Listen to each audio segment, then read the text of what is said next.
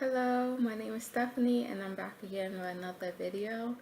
I would say that the inspiration for this video is um, because I was looking at the news and I saw that um, a 6-year-old girl was sexually assaulted in the stairway, um, and the cameras that was in the building recorded the incident.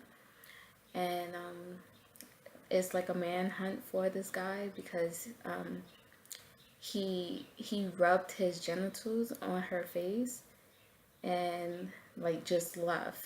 And the little girl, she ran in the house and told her parents, I guess.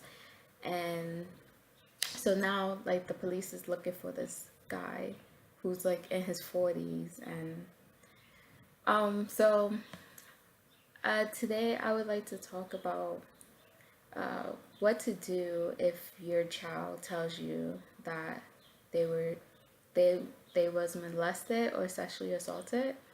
Um, it doesn't matter what age your child is, because um, it's your child and you should believe them at any age, from very little to 18 years old. Um, so the first thing is, if your child come to you and tell you that someone is molesting them, then you should believe them. I know some parents uh, choose not to believe their children because their children may have a history of lying or deceiving people, but like the truth will come out eventually. So even if your child is lying about it just to get a person in trouble, eventually the truth is going to come out. So even if you have your doubts, don't let your child know that you don't believe them, because the most crushing thing you could do to a child is not to believe them. Like, they are telling you this and they expect you as a parent to protect them and to do something about it. And if you choose to ignore it and not believe them, it's going to create problems down the road. Because I know a couple of people that was molested and they told their parent, and their parent didn't believe them because um, either they had a history of lying or had behavioral problems, and so they didn't believe the child, and the child like grew up like trying to kill themselves, trying to medicate themselves, um, becoming wild and like doing really crazy behavior because they felt like the one person that they loved the most and trusted the most didn't believe them. Um, so number one, believe your child. Even if you have doubts, you could always do your own research and see what's really going on. But make sure your child know that you believe them and that you're willing to do anything to protect them. Um, if it's with your significant other, so like if your boyfriend or your husband um, is abusing your child or your child, um, you need to form an alliance with your child, because if your child see that you chose your lover over them, like they probably will never forgive you for that. And the worst thing you could do is decide with your lover that you rather stick with them and you rather stay with them than to protect your child. So if it's with a significant other that's abusing your child, you need to leave him or her. You need to leave, because you need to create a safe environment for your child. And the safe environment for your child is not in the same area with your significant other that's molesting or abusing them. It's just not. So you need to leave that person and create a safe environment for your child. Now, if the person that's abusing your child is a family member or a friend, family member like uncle, cousin, grandfather, father, aunt, like a close family member, or if it's a close friend, even if you knew that friend for 30 years, 40 years, and you're like, I can't believe this, you need to make sure that your child is nowhere near that person. Because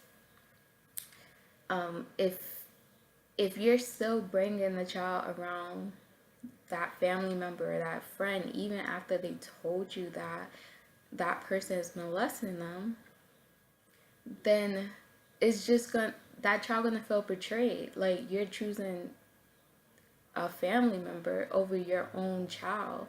Like, they're gonna feel betrayed, they're gonna feel afraid.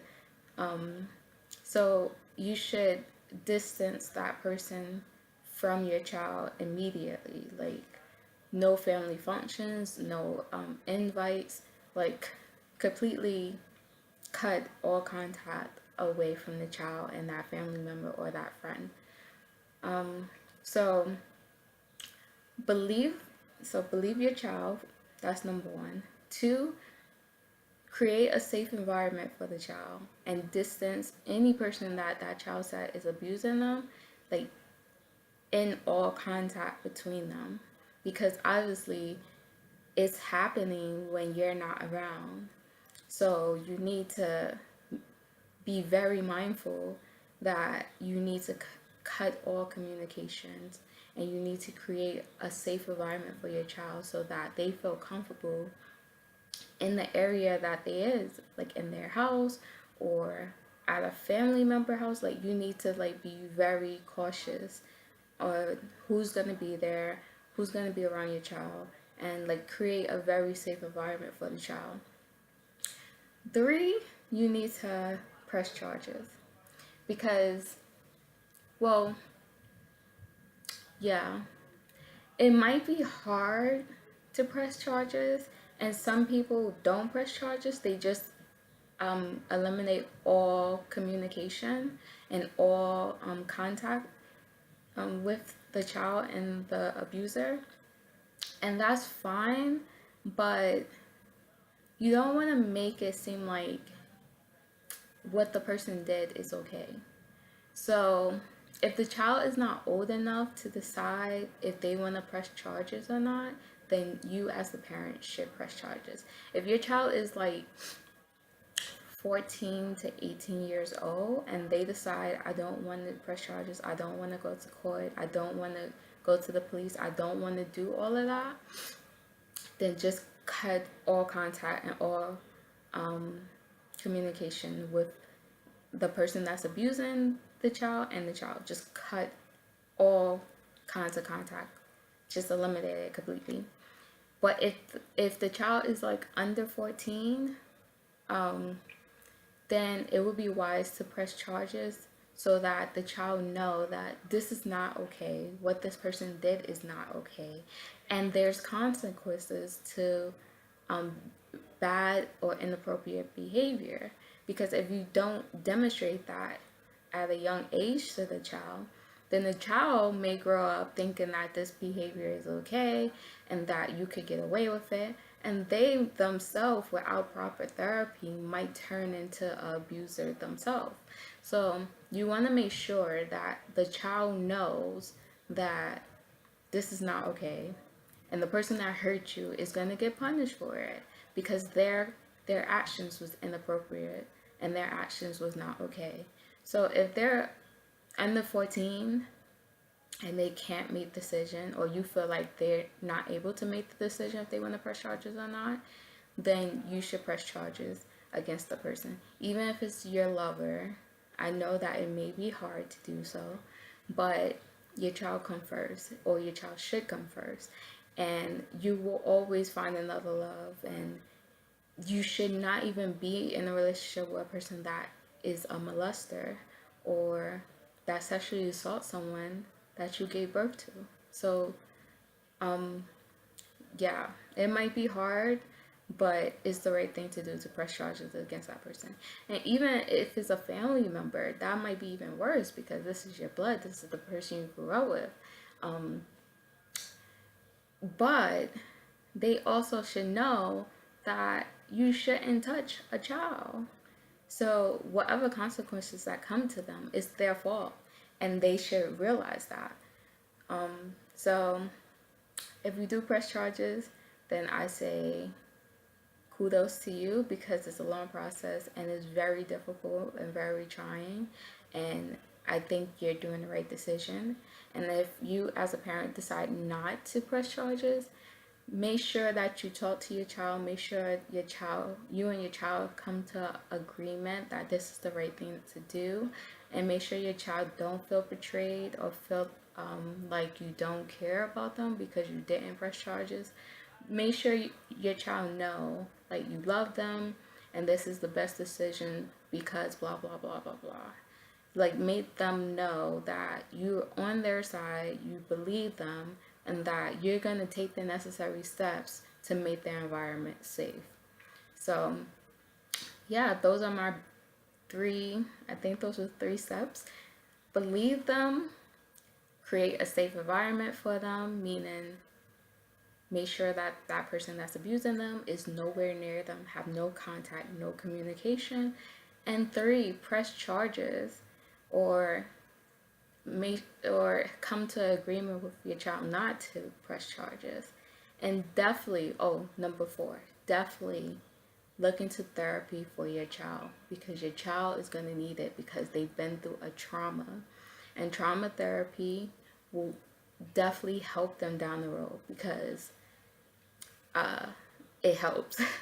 They really need it because when you go through a trauma, like your whole life is like upside down, and you could find ways to cope with it, but it won't solve the problem. But so look for therapy for your child. Even if your child don't want to go to therapy, try to at least let them test out a couple of sessions and see how it goes because they're going to need it to get through life and to get process the trauma.